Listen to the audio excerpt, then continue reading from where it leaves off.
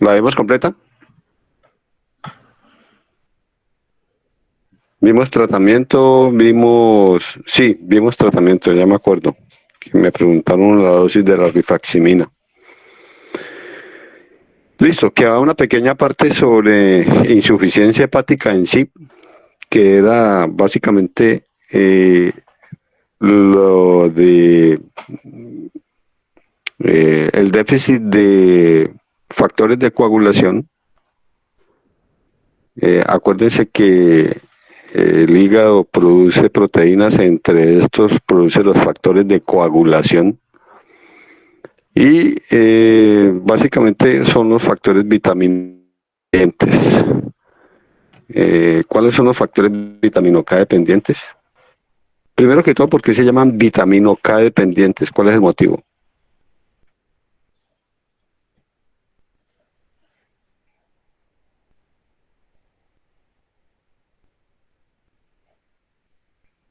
¿Por qué se llaman vitamino K dependientes?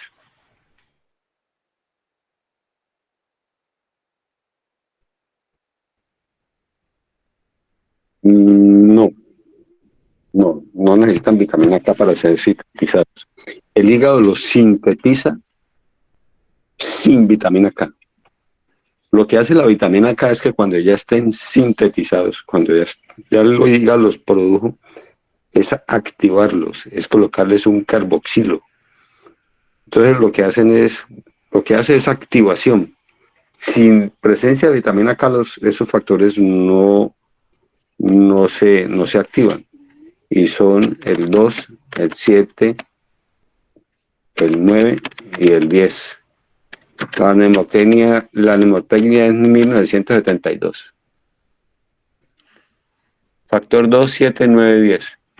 Y eh, tienen que ver más que todo con la vía extrínseca de la coagulación.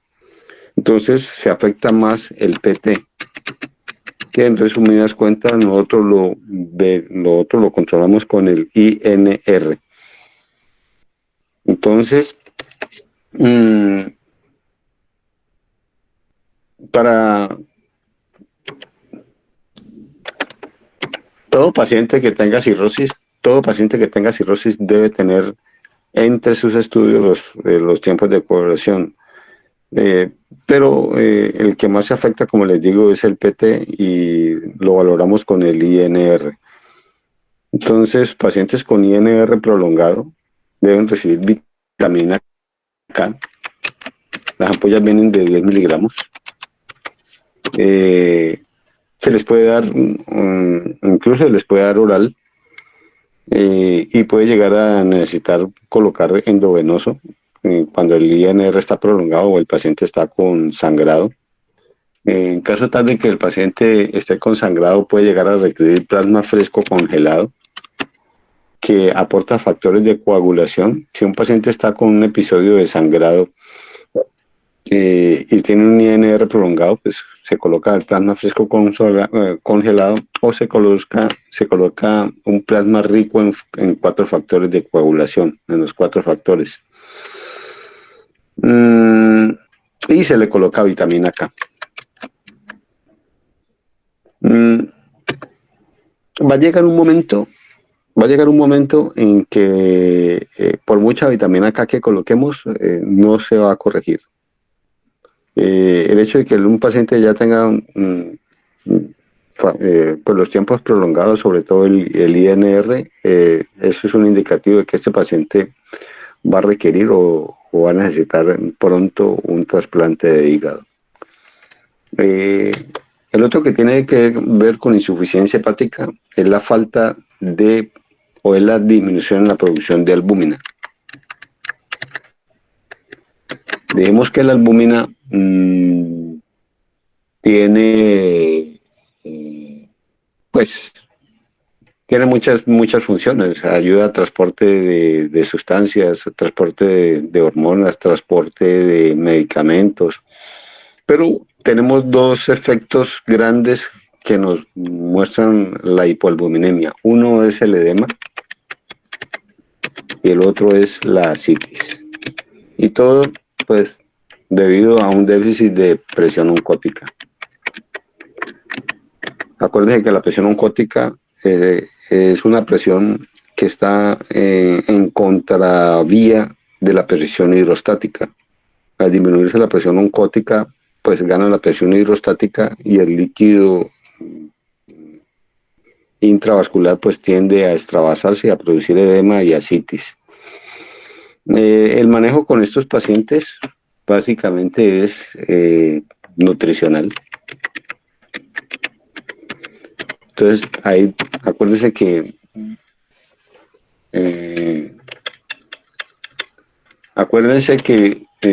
cuando manejamos cirrosis debe ser manejada interdisciplinariamente, requiere pues internista, nutricionista, requiere pues un equipo, un hepatólogo, requiere un equipo pues que esté que se complemente para el manejo de estos pacientes con cirrosis hepática. El otro que se ve por insuficiencia hepática y por hipertensión portal es una cosa que se llama síndrome hepatorrenal. El síndrome hepatorrenal tiene que ver con una alteración donde hay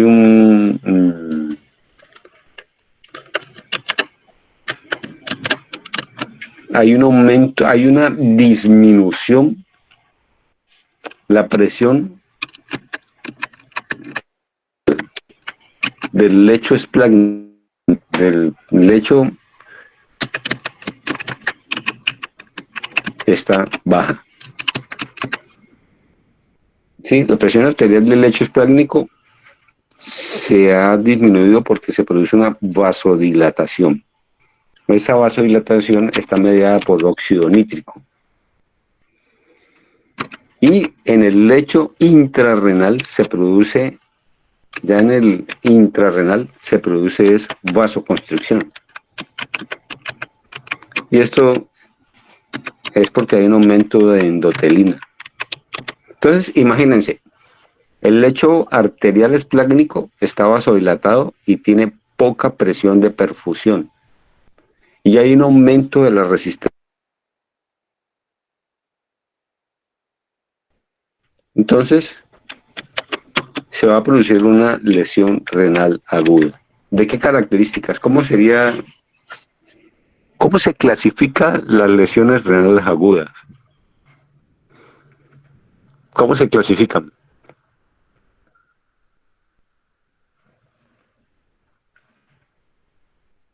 ¿No han revisado todavía insuficiencia renal?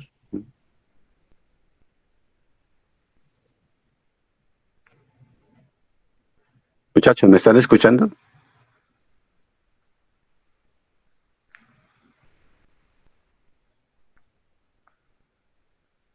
Sí, doctor, sí lo escuchamos. Pues no, nosotros aún ¿No lo han no lo hemos revisado? Bueno, revisado.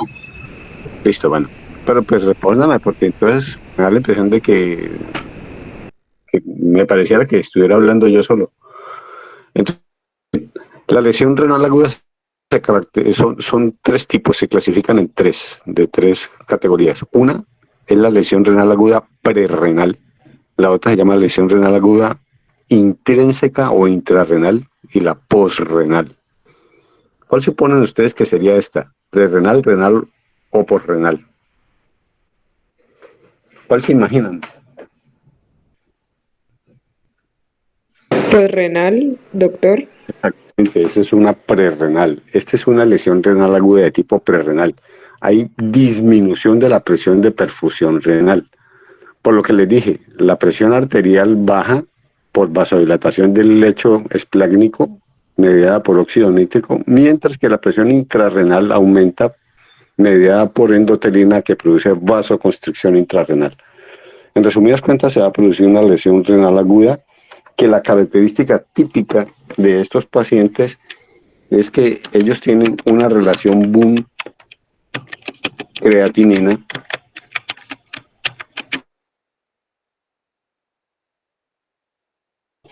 y lo dividen sobre la creatinina. Y estos pacientes tienen esta relación aumentada. La división de estos dos valores les va a dar mayor a este número. ¿Qué tenemos que hacer con estos pacientes? Esto también es un indicativo de que el paciente requiere trasplante hepático. El manejo de estos pacientes es colocar líquidos endovenosos, se le colocan cristaloides, se le coloca albúmina y se le coloca un vasoconstrictor de lechos plasmáticos. Entonces, miren, lo que hacemos es lo siguiente: mejorar la presión de perfusión. ¿Con qué? Con un vasoconstrictor esplágnico. Le metemos terlipresina, o le metemos octreotide, o le metemos noradrenalina, que produce vasoconstricción. Le metemos líquidos endovenosos, pero para meterle líquidos endovenosos tenemos que colocar albúmina que haga que ese líquido no se salga del espacio intravascular.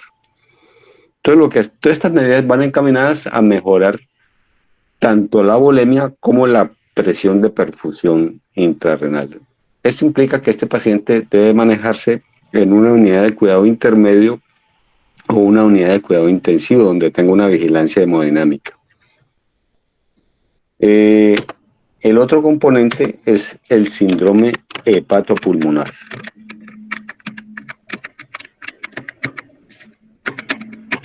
El síndrome hepatopulmonar es al revés. En este caso, el paciente tiene alteración también de sustancias vasoactivas, pero dentro del pulmón va a predominar el óxido nítrico.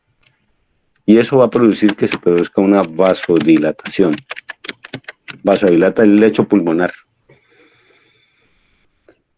Eso va a provocar una disminución de la resistencia pulmonar. Esa disminución de la resistencia de la circulación, esa disminución de la resistencia intravascular va a hacer que la sangre pase rápidamente y va a pasar del lado derecho del corazón pues al lado izquierdo con poco tiempo de oxigenación. ¿Listo? La característica típica de estos pacientes es una cosa que llama platipnea ortodeoxia. ¿Conocen el término?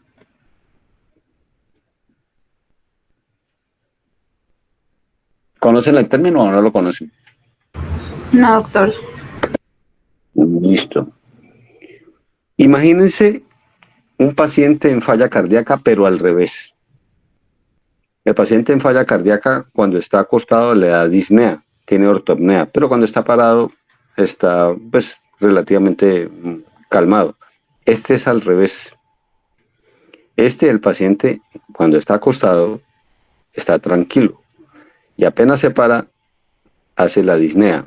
Entonces, el paciente en reposo, en decúbito supino, está normosaturado. Pero cuando se levanta, cuando hace alguna actividad, la sangre pasa mucho más rápido por el pulmón y no alcanza a oxigenarse y produce hipoxemia. Entonces se desatura. Y eso es lo que se llama platipnea ortodeoxia. ¿Listo? En estos pacientes, pues el manejo es con oxígeno suplementario, le vamos a colocar oxígeno. No hay un manejo medicamentoso y en estos pacientes también es indicativo de trasplante renal. Listo, eso es lo que me queda pendiente, que quería revisar con ustedes de cirrosis. Empecemos con VIH.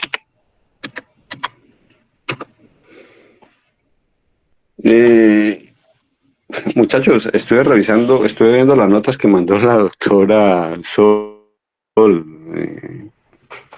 Dan susto. Estuvo ¿Qué les difícil, pasó? doctor, el parcial. Estuvo complicado. Sí. Sí, Uy, pero bastante. terribles. ¿Tuvieron problemas con mis preguntas? Yo les mandé como 5 apenas a la doctora. 5, sí. ¿Algún inconveniente con las preguntas? Pues creo que no, doctor. No sé si mis compañeros. Bueno, listo, ojalá pues la próxima les vaya mejor. Bueno, hablemos de VIH. VIH es un retrovirus. Es un virus RNA. ¿Ya? Necesita una enzima que se llama transcriptasa reversa. Esa transcriptasa reversa convierte el RNA en DNA. ¿Listo? Necesita convertirse en DNA para poderse meter en el interior del núcleo, para poderse introducir al núcleo y utilizar la maquinaria celular para reproducirse. El virus entra a través de un receptor que se llama CD4 y necesita un correceptor que se llama CCR5. Entonces, entra a las células que expresan este receptor, más que todo son linfocitos T, son las que tienen mayor cantidad de estos receptores, son linfocitos T CD4, también llamados linfocitos T ayudadores. Y como les digo, tiene un receptor que es el CCR5, que debe tenerlo para poderse meter, es un correceptor. ¿Cómo se transmite? Pues eso es fácil. Entonces conocen lo más popular, el sexo, a través parenteral, o sea, eh, a través de jeringas, accidentes laborales, pues sobre todo las personas que trabajamos en salud, drogadictos endovenosos, a través de, aunque esto ya pues prácticamente no existe, pero pues de pronto, ¿no? Algún error humano. Pero pues es muy raro que se llegue a presentar que una transfusión de sangre o algún otro hemodiderivado vaya a producir una infección por VIH. Y vertical, o sea, madre a hijo, sobre todo en el momento del parto. No durante el embarazo, sino en el momento del parto, que es cuando se puede poner en contacto la sangre de la madre con la del bebé. Entonces, obviamente hay personal de riesgo, personal que está a riesgo, personal trabajadores sexuales, promiscuidad, trabajadores de la salud aquí parenteral, drogadictos endovenosos, hemoderivados, pues personas que han recibido transfusiones, personas que, pues, les digo, este no es tan común y este hay que tomarlo en cuenta, sobre todo en mujeres que no han hecho controles prenatales y llegan al momento del parto sin conocer su estado, si son positivas o no son positivas. Entonces, pues prácticamente ya saben más o menos qué grupos de personas son los que debemos estar pendientes para investigar. El virus es un lentivirus, es un virus que penetra más o menos entre una a 3 semanas tiene un periodo de incubación donde no produce ninguna sintomatología de 1 a 3 semanas. Después hace una cosa que llama el síndrome retroviral agudo. Y ese síndrome retroviral agudo es un síndrome donde se produce un cuadro clínico de una virosis severa, fiebre, malestar, osteomialgias, o sea, se produce una virosis indistinguible de cualquier virosis pues, que le dé a uno fuerte. Y después queda asintomático, que puede durar de 5 a 7, 8 años. No está estable. Algunos duran más, otros duran menos. En menos tiempo se puede llegar a presentar pues la manifestación de síndrome de inmunodeficiencia.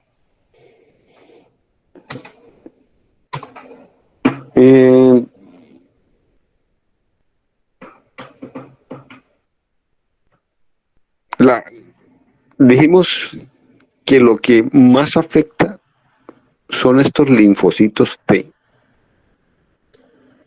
que expresan este receptor CD4, y esos linfocitos T reciben el nombre también de linfocitos T ayudadores. O sea que el cuadro clínico que produce el VIH es un síndrome de inmunodepresión de tipo celular, no de tipo humoral, sino de tipo celular. O sea que se van a presentar infecciones que tienen que ver con respuesta celular y no de tipo anticuerpo. Esas infecciones las vamos a ver, vamos a detallarlas, vamos a dar unos detalles específicos de cada una de ellas para que las sospechen y cuál es el tratamiento. Cuando tenemos un paciente con VIH, el estudio que tenemos que hacer es a todo paciente con VIH, obviamente le tenemos que pedir una carga viral, un conteo de CD4, CD8. Debemos pedir una inmunoglobulina G para toxoplasma. Se le debe pedir una serología para sífilis.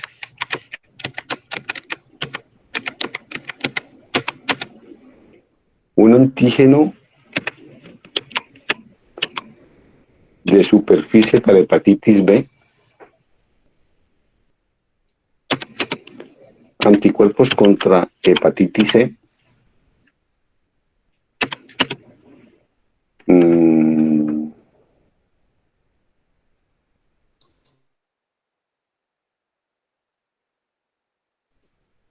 Siempre hay que pedir estas comorbilidades. Lo mínimo que hay que pedir es esto. Hay que pedir un cuadro hemático, una función renal, un perfil lipídico. Hay medicamentos que tienen eliminación renal, medicamentos que elevan el colesterol.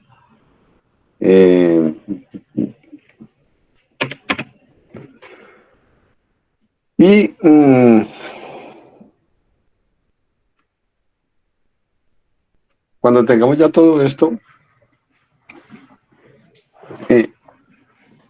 nosotros en las guías que tenemos, pues las que seguimos en Colombia, no hablan sobre pruebas de resistencia. En las guías de la CDC, si quieren ahondar un poco más sobre el tema, pueden entrar a una página que se llama cdc.gov. Ahí están, esa es la página oficial del Center Disease Control de Atlanta, de acá de Estados Unidos. Y ahí encuentran guías de muchas patologías infecciosas, VIH, sífilis, bueno, sobre muchas patologías. En estas guías de la CDC hablan de solicitar pruebas de resistencia.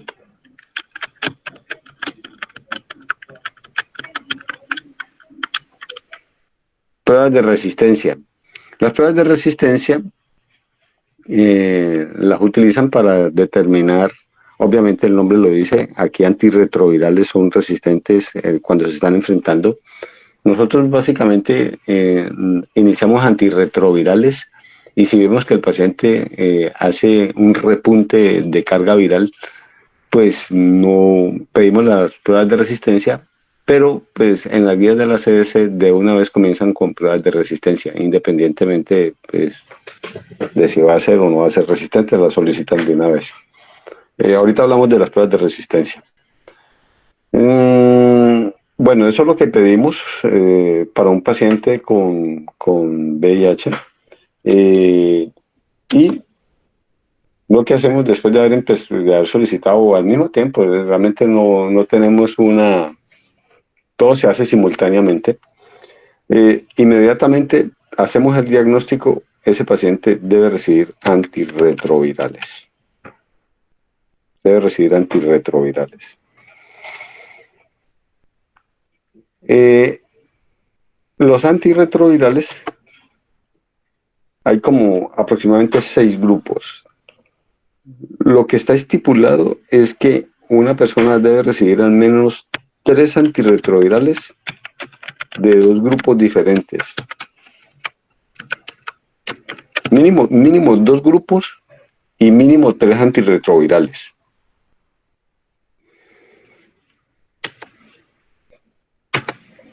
Los grupos que tenemos para manejar estos pacientes, el primer grupo se llama inhibidor nucleócido de transcriptasa reversa. Inhibidor nucleócido de transcriptasa reversa. El segundo grupo se llama inhibidor no nucleócido de transcriptasa reversa. El tercer grupo se llama inhibidor de integrasa.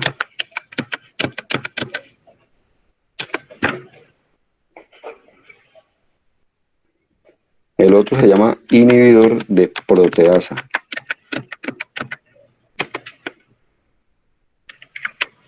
Los últimos se llaman inhibidor de fusión y el último se llama inhibidor de CCR5. Entonces, estos son todos los grupos que hay para manejar VIH. Básicamente, los que más se utilizan son estos 3 de aquí. Estos 3 son los que más se utilizan. Después sigue el conjunto de estos 4. Estos 4 ya serían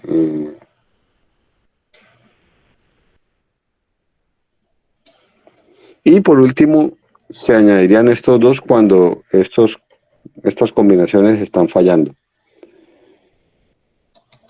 ¿Cuál es la idea? Siempre que utilizamos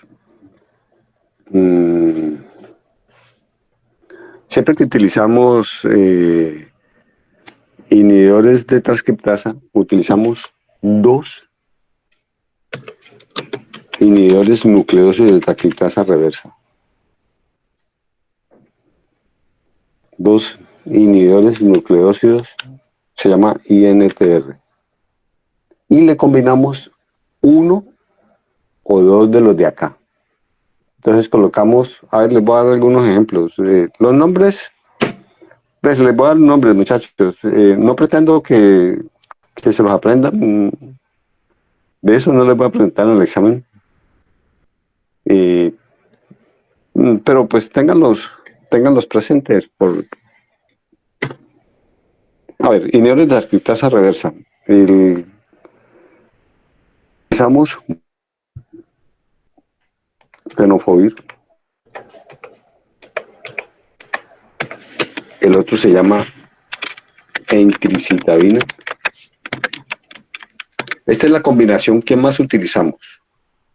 Tenofovir y entricitabina. El otro combinación que utilizamos se llama abacavir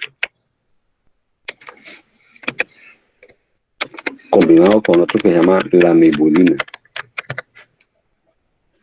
Esas son las dos combinaciones que más se utilizan de inhibidores de transcriptasa reversa nucleósido. Y ese lo podemos utilizar junto con un inhibidor no nucleósido de transcriptasa reversa, que podría ser, el que más se utiliza se llama efavirenz. O le podríamos colocar un inhibidor de integrasa, que uno de los que más se utiliza se llama raltegravir o dolutegravir.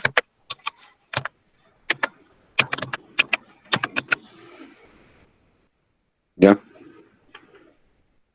Entonces, las combinaciones más utilizadas son estas de aquí, por ejemplo, tenofovir-entricitabina con raltegravir, o tenofovir-entricitabina con dolutegravir, o estas dos combinaciones de acá, junto con cualquiera de estas dos, o estas dos más un efavirenz. Otra combinación que se pueden colocar es un inhibidor de proteasa. Los inhibidores de proteasa generalmente van combinados. Los inhibidores de proteasa combinan un inhibidor de proteasa, por ejemplo, uno que llama lopinavir, y con un potenciador que se llama ritonavir. El otro podría ser atazanavir, combinado con ritonavir.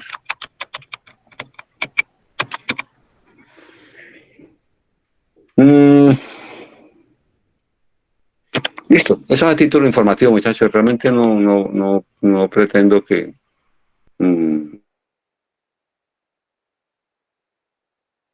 no se necesita ser infectólogo. El VIH se maneja por médicos expertos en VIH, médicos generales que han hecho capacitación para VIH. El infectólogo maneja pues los casos que de pronto se salen del patrón, del esquema, pues si el paciente que tiene alguna situación fuera de lo común, pues se la pasa al infectólogo. Pero habitualmente esto lo manejan médicos generales entrenados para esto. Entonces, ¿qué es lo que hacemos? Solicitamos la carga viral, los CD4, los CD8, solicitamos todos los exámenes. Inmediatamente nosotros no esperamos. Antes se esperaba, antes llegábamos y decíamos, no, cuando llegue a 200 CD4 iniciamos los antirretrovirales. Después, con el paso del tiempo, vieron que los pacientes estaban complicando y decidieron que no, que era por debajo de 350. Y después, con el paso del tiempo, dijeron no, por debajo de 500 CD4. No, ahora no. Independientemente del valor de CD4, así sea que esté completamente normal el CD4, si ya tenemos un diagnóstico de VIH, ese paciente debe recibir anales, así sea que esté pues aparentemente sano, así sea que no tenga ninguna manifestación. Entonces, lo que hacemos es pedir pues todos los paraclínicos, iniciamos los antirretrovirales y a los 2 meses de haber iniciado antirretrovirales, a los 2 meses debemos tener un control de carga viral.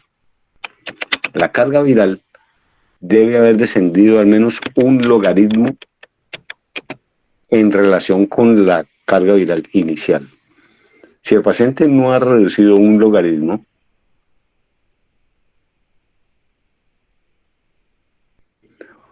o por el contrario, el paciente subió sus valores iniciales, posiblemente es una resistencia, o lo otro es una falta de adherencia al manejo medicamentoso, que hay que tomarlo en cuenta.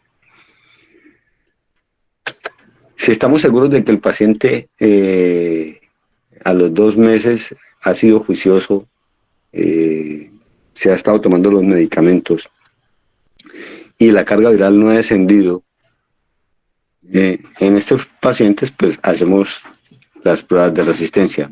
Las pruebas de resistencia son de 2 tipos. La resistencia puede ser de tipo, las pruebas de resistencia pueden ser de tipo genotipo o pueden ser de tipo fenotipo. Las pruebas de genotipo, el nombre lo dice, lo que hacen es verificar la secuencia genética del VIH, del virus pues, que está afectando al paciente. Verifican la secuencia genética. Esa secuencia genética ya está determinada, ya se sabe qué genes producen resistencia a qué antirretrovirales. Entonces, por ejemplo, por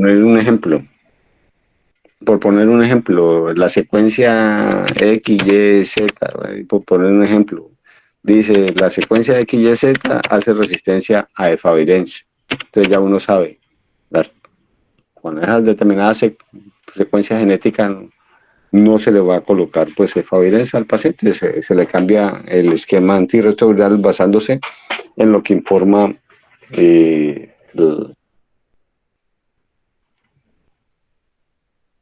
vamos a colocar lo que informa las pruebas genéticas, vamos a evitar ese tipo de medicamentos. El fenotipo funciona como una especie de antibiograma, donde se expone el virus a los antirretrovirales y se vea cuál es resistente o cuál no. La que más utilizamos nosotros es esta, genotipo. ¿Listo?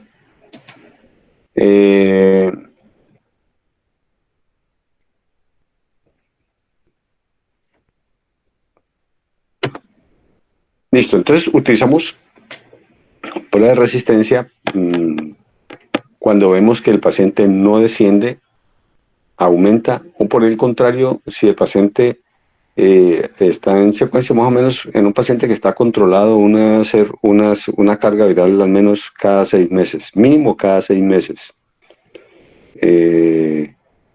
Entre 3 y 6 meses se debe controlar la carga viral. Si la carga viral tiene un repunte, significa las dos cosas, o no adherencia al tratamiento o que el paciente está presentando una resistencia. En ese caso, pues haríamos las pruebas de resistencia.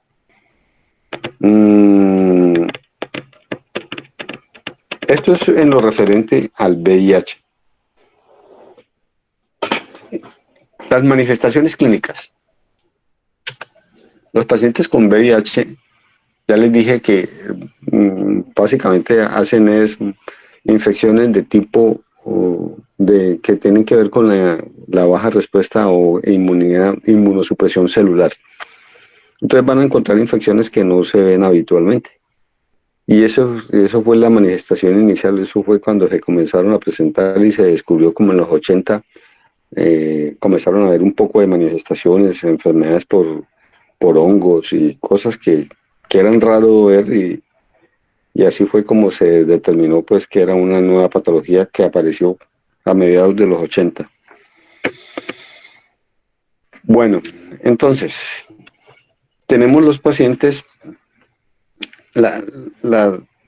podemos clasificar las patologías, podemos clasificar en A, B o C. Y la podemos clasificar en 1, 2 o 3.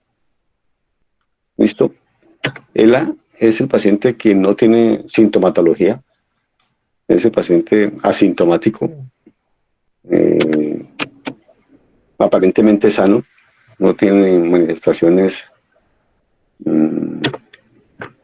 específicas. El B es un paciente que tiene manifestaciones, tiene procesos infecciosos, pero esas infecciones no definen SIDA. O sea, no definen inmunosupresión. O sea, están más propensos a presentar neumonías, diarreas, algún tipo de problema infeccioso, pero no definen SIDA. Y el C hacen infecciones que definen SIDA, o sea, que definen inmunosupresión. Infección que definen SIDA. El 1 son las personas que tienen un CD4 mayor de 500. El 2 tiene un CD4 entre 200 y 500. Y el 3 tienen un CD4 menor de 200. Entonces, habitualmente correlacionan A1, B2 y C3, pero no necesariamente. No necesariamente. Hay personas que andan bien inmunosuprimidas desde el punto de vista de CD4 por debajo de 200 y extrañamente no tienen procesos infecciosos. Están estadio 3A. No es lo común, pero se puede ver. O sea, muchas veces correlacionan los valores con las letras. El ABC con el 1, 2 y 3 correlacionan, pero no necesariamente. Entonces decimos que una persona tiene SIDA cuando está en un estadio C o cuando está con CD4 por menor de 200, o sea, con una enfermedad definitoria de SIDA, una enfermedad que define la presencia de SIDA, o que tiene un CD4 por debajo de 200. 200 células por microlitro, ¿no?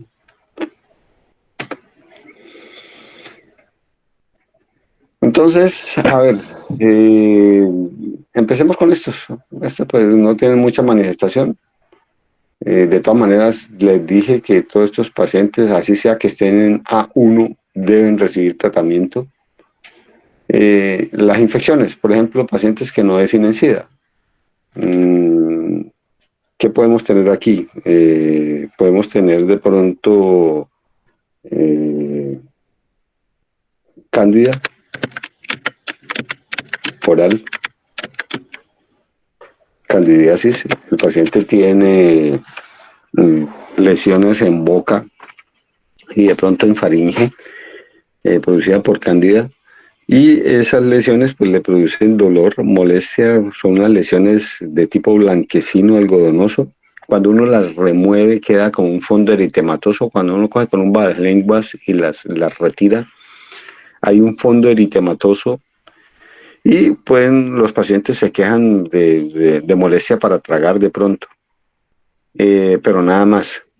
Pero esta cándida oral está aquí, en estadio B.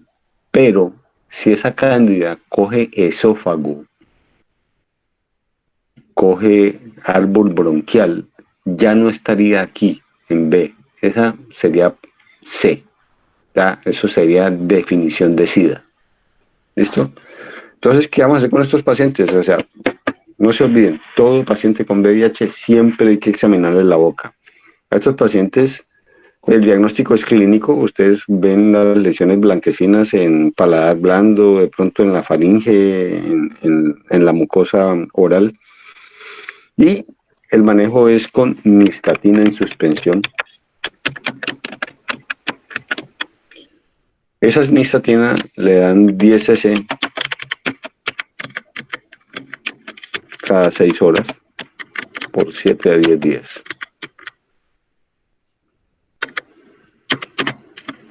Y le dan fluconazol 200 miligramos día, también por 7 a 10 días, una sola vez al día. Ese es el manejo de estos pacientes. Estos pacientes también pueden presentar diarreas, pueden presentar mayor incidencia de neumonías adquiridas en comunidad. Estamos hablando de los pacientes con estadio clínico B. Listo. Los pacientes con estadio clínico C y o con CD4 menor de 200. En estos pacientes vamos a encontrar diarrea crónica. ¿Cuándo se considera que una diarrea es crónica? ¿A partir de cuánto tiempo?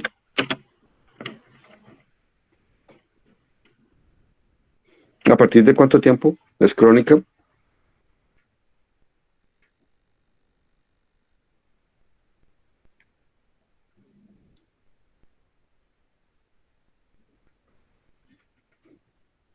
¿Más de 4 semanas? Sí, una diarrea crónica es mayor de 4 semanas.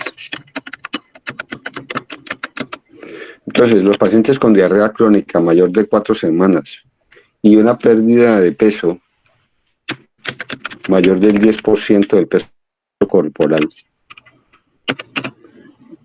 esos pacientes muy seguramente estamos ante la presencia de unos protozoos que se llaman Microsporidium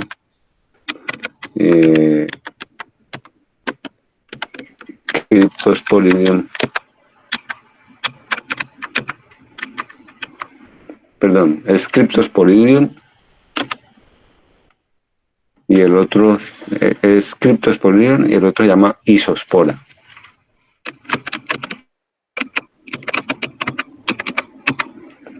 Se llama Isospora belli y el otro se llama Cryptosporidium.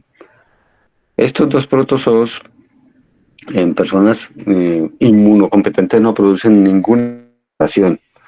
En estos pacientes la característica típica es la diarrea crónica y la pérdida de peso. El peso mayor del 10% del peso corporal.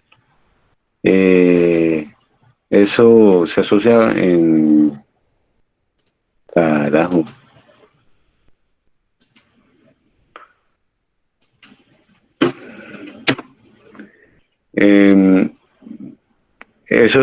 También se conoce como, eso es un síndrome de desgaste, un wasting. Ese síndrome de desgaste, esos pacientes se tornan caquécticos. Ustedes ven un paciente caquéctico, hay un síndrome constitucional.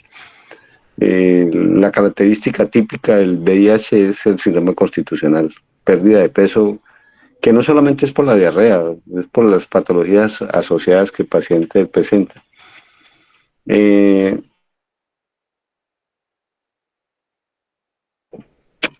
Diagnóstico se puede hacer con beca en materia fecal, un beca modificado en materia fecal, o sea, una tinción ácido alcohol resistente, similar a la de tuberculosis.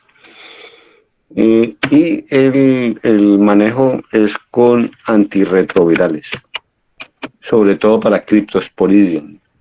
Cryptosporidium no tiene tratamiento, no hay medicamento que controle este protozoo. Y la mejor manera de controlarlo es haciendo reconstitución inmune. Ahorita les hablo de reconstitución inmune. La mejor manera de manejarlo es colocando antirretrovirales para mejorar la respuesta inmune y pues provocar respuesta de linfocitos CD4. La Isospora belli tiene la posibilidad de manejarse con trimetopin sulfa de 160 a 800, 160 de trimetopin y 800 miligramos de sulfamethoxazol, una cada 12 horas por 10 días. Se puede utilizar para manejo de Isospora belli. Otra infección que se presenta sobre todo en pacientes con CD4 por debajo de 200 es una que se llama neumocistis. Es por la neumocistosis. La neumocistosis es producida por el Pneumocystis jirovecii. Pneumocystis jirovecii. Pneumocystis jirovecii es un hongo. Es un hongo. Y el nombre lo dice, produce una neumonía. Produce una neumonía atípica. Entonces, los tips para diagnosticarla: que tenga los CD4 menores de 200. 2. Que sea una neumonía intersticial. O sea, tomamos la placa de tórax y las opacidades que muestra son opacidades intersticiales. ¿Conocen la diferencia entre opacidad intersticial y opacidad alveolar?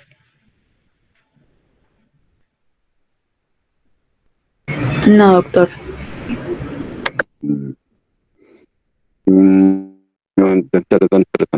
bueno, la neumonía intersticial o la opacidad intersticial es, a ver, de pronto me queda más fácil primero la alveolar. La alveolar, la característica típica es, le llaman infiltrados algodonosos. Ese término no es el correcto.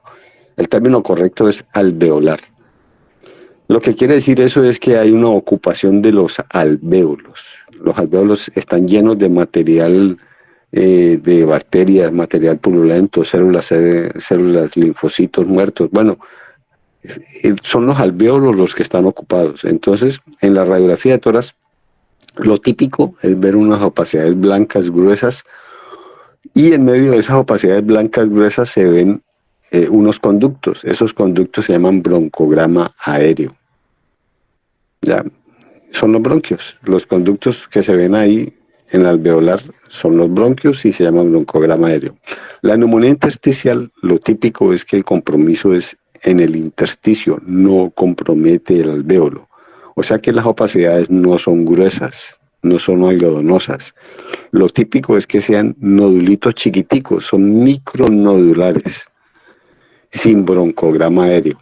Eso hay que verlo para entenderlo, pero más o menos esa es la teoría de cómo se vería una neumonía intersticial y una neumonía alveolar. Entonces, lo típico es CD4 por debajo de 200, que tenga una neumonía intersticial, que el paciente tenga una disociación. Clínicamente el paciente no se ve tan comprometido, él tiene síntomas respiratorios, pero si le hacemos unos gases arteriales, la presión arterial de oxígeno está muy baja. O sea, a pesar de que se ve el laboratorio muy comprometido, el paciente no se ve muy comprometido. Eso es una de las características típicas de la neumonía atípica, que no correlacionan unos hallazgos con otros. Y tiene una presión arterial de oxígeno baja, una PO2 baja.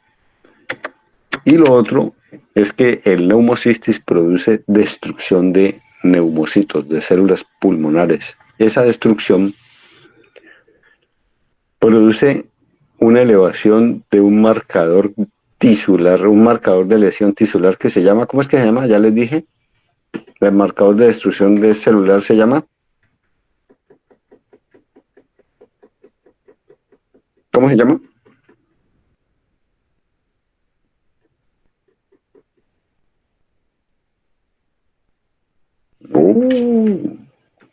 No leyeron anemias hemolíticas.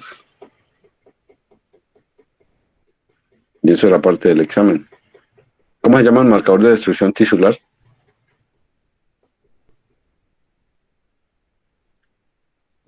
Papá.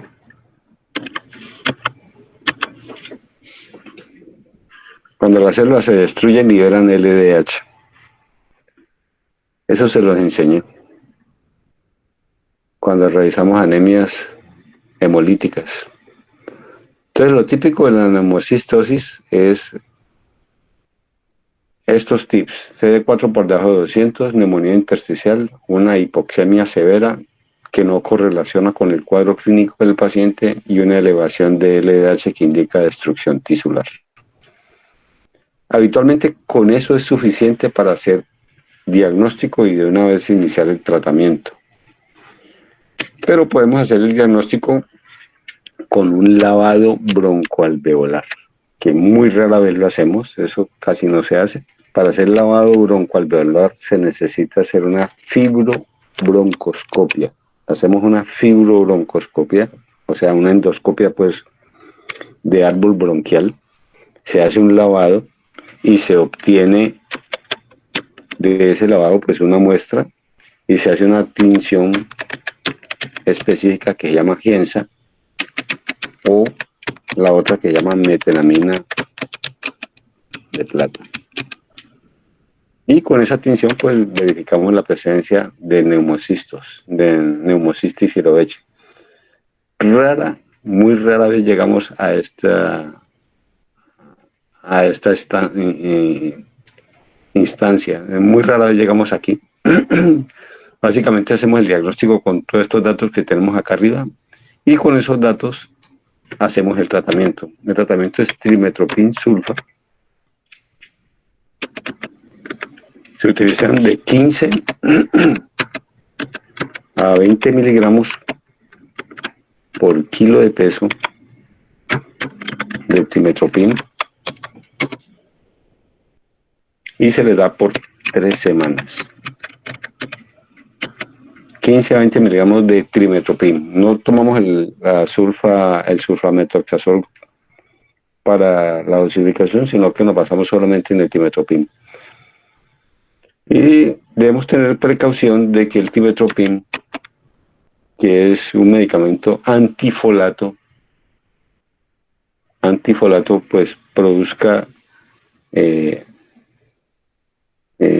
una anemia por déficit de ácido fólico. En este caso utilizamos ácido folínico. El ácido folínico es la forma activa del ácido fólico. Entonces nosotros utilizamos ácido folínico para evitar que se nos produzca una anemia megaloblástica por déficit de ácido fólico. No utilizamos ácido fólico para reponer porque el ácido fólico lo coge el neumocistis y lo utiliza para su metabolismo, para su crecimiento. O sea, es un sustrato para crecimiento del germen, o sea que no lo utilizamos. Y utilizamos ácido folínico que lo utiliza la persona, pero no lo puede utilizar el neumocistis. Entonces, este es el paciente que tiene CD4 por debajo de 200 y donde podemos encontrar más que todo este tipo de patologías. El paciente con CD4 menor de 100. Aquí hay varias. Aquí tenemos toxoplasma.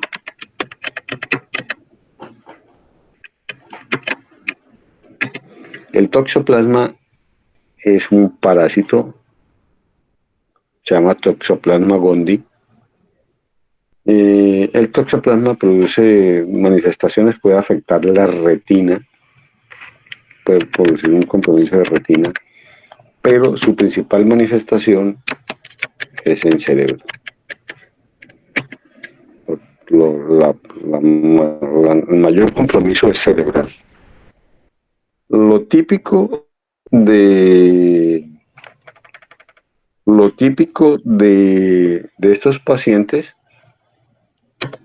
es que producen, ya el dato, CD4 de 100, o sea, debe tener eso. Acuérdense que por acá vimos una cosa que les mostré. Nosotros siempre pedimos IgG para toxoplasma. Entonces, estos pacientes tienen una IgG para toxo positiva.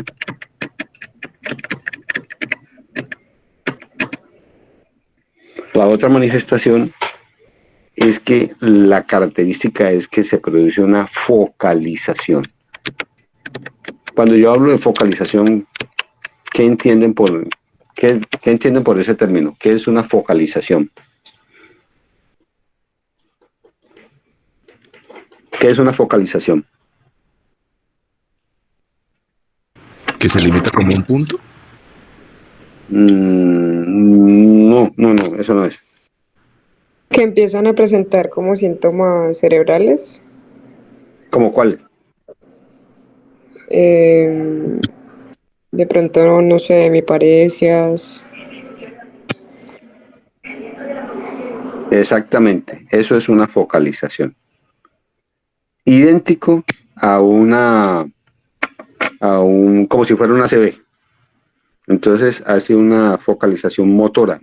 Entonces hace una hemiparesia de mi cuerpo, hace una afasia o hace una desviación de la comisura labial, muy parecido pues como si fuera una ACV. Entonces hace una focalización, generalmente focalización motora. Y la otra manifestación es que cuando se toma la imagen de cerebro, la neuroimagen, Eh, Cuando hace la manifestación, la neuroimagen muestra una lesión en anillo, una lesión alunar. Ah, ¿ves dónde está?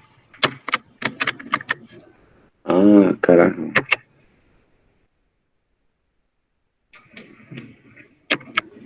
Por alguna razón dejó de escribir. Deme un momento.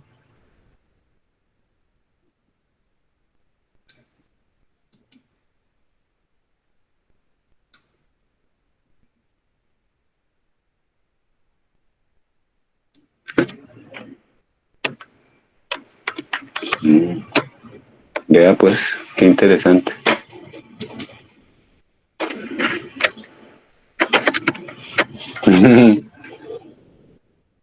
No sé por qué dejó de funcionar esto.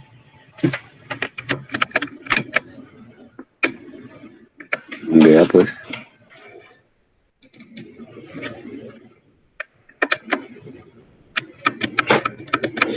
Bueno, no sé, me dejó de funcionar el tablero que estaba usando. Pero acabemos con toxoplasma y después dejamos el resto de VIH, no nos faltaría mucho para terminar. Pero en lo típico de la lesión es que se forma como una especie de lesión redondeada, como si fuera un anillo. Tiene una lesión, se llama lesión anular, que la podemos ver en el TAC o en la resonancia.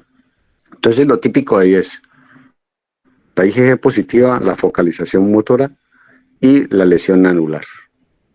Y obviamente el CD4 por debajo de 100. El diagnóstico también es clínico. Podríamos hacer de pronto estudio de PCR en líquido cefalorraquídeo, pero básicamente la lesión es, el diagnóstico es con los datos que les acabo de dar. Y el tratamiento se utiliza, el tratamiento de elección es un medicamento que se llama pirimetamina. Es lo que está en los libros, la pirimetamina. Pero pirimetamina no hay disponible, al menos no hay disponible, es muy difícil de conseguir en Colombia. Utilizamos pirimetamina, utilizamos trimetropin sulfa y utilizamos la misma dosis de 15 a 20 miligramos por kilo de peso de trimetropin.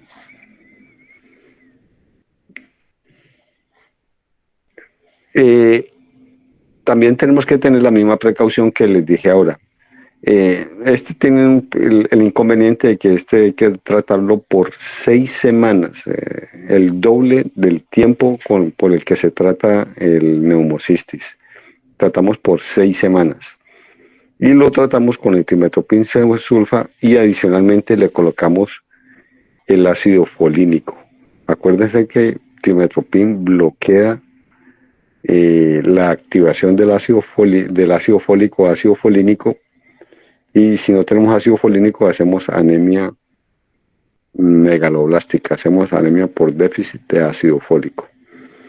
La misma cuestión reza también para toxoplasma, no se le puede colocar ácido fólico, colocamos es ácido folínico. El ácido fólico es sustrato para el toxoplasma. Y como les dije, tratamiento por 6 semanas. Bueno, muchachos, dejemos ahí. La próxima semana terminamos VIH. Después les digo con qué tema seguimos. ¿Tienen alguna pregunta sobre este tema? ¿Algo? ¿Les quedó claro? ¿Alguna duda? ¿Algo? No, doctor. Bueno, listo. Entonces, dejemos ahí. Mañana tengo revisión de temas. Vamos a revisar un caso con los muchachos que están rotando conmigo. Sí, doctor. La mitad del grupo de B. La mitad del grupo, bueno, no sé. Los que están rotando conmigo mañana tienen que revisar Vamos Sí, a doctor. revisar el casito clínico. Yo creo que por, no sé, entre 8 y 9 de la mañana yo les mando el link para que revisemos más o menos a esa hora. ¿Listo? Bueno, doctor, gracias. Doctor, qué pena. ¿Será que esa revisión puede ser un poquito más tarde? Resulta que nuestro grupo tiene que reponer una clase del doctor Cabrera en la mañana también. Él ¿A dijo qué que era horas? más 9. Desde las 7 de la mañana por ahí hasta las 9, dijo él. Entonces, si puede ser por ahí a las 9:30, estaría perfecto. Tan, tan, tan, tan, tan, tan, tan. De 7 a 9. Listo, no sé si de pronto a las 10 o a mediodía a las 12, no sé decirte. Con el doctor Carrión lo tienen a las 7, ¿cierto? A las ¿Y 7 más de o la menos mañana. está terminando a las 9 o qué? Sí, más o menos a esa hora, dijo él. Listo, podría ser 9, 9 y media. Ujú. Listo, doctor, muchas gracias. Bueno, listo. Bueno, listo, muchachos. Entonces así quedamos. Que estén muy Bueno, bien. hasta luego, gracias. Eso, profe, lo mismo. Hasta luego. Hasta luego, profe, muchas gracias. Bueno, hasta luego, muchachos.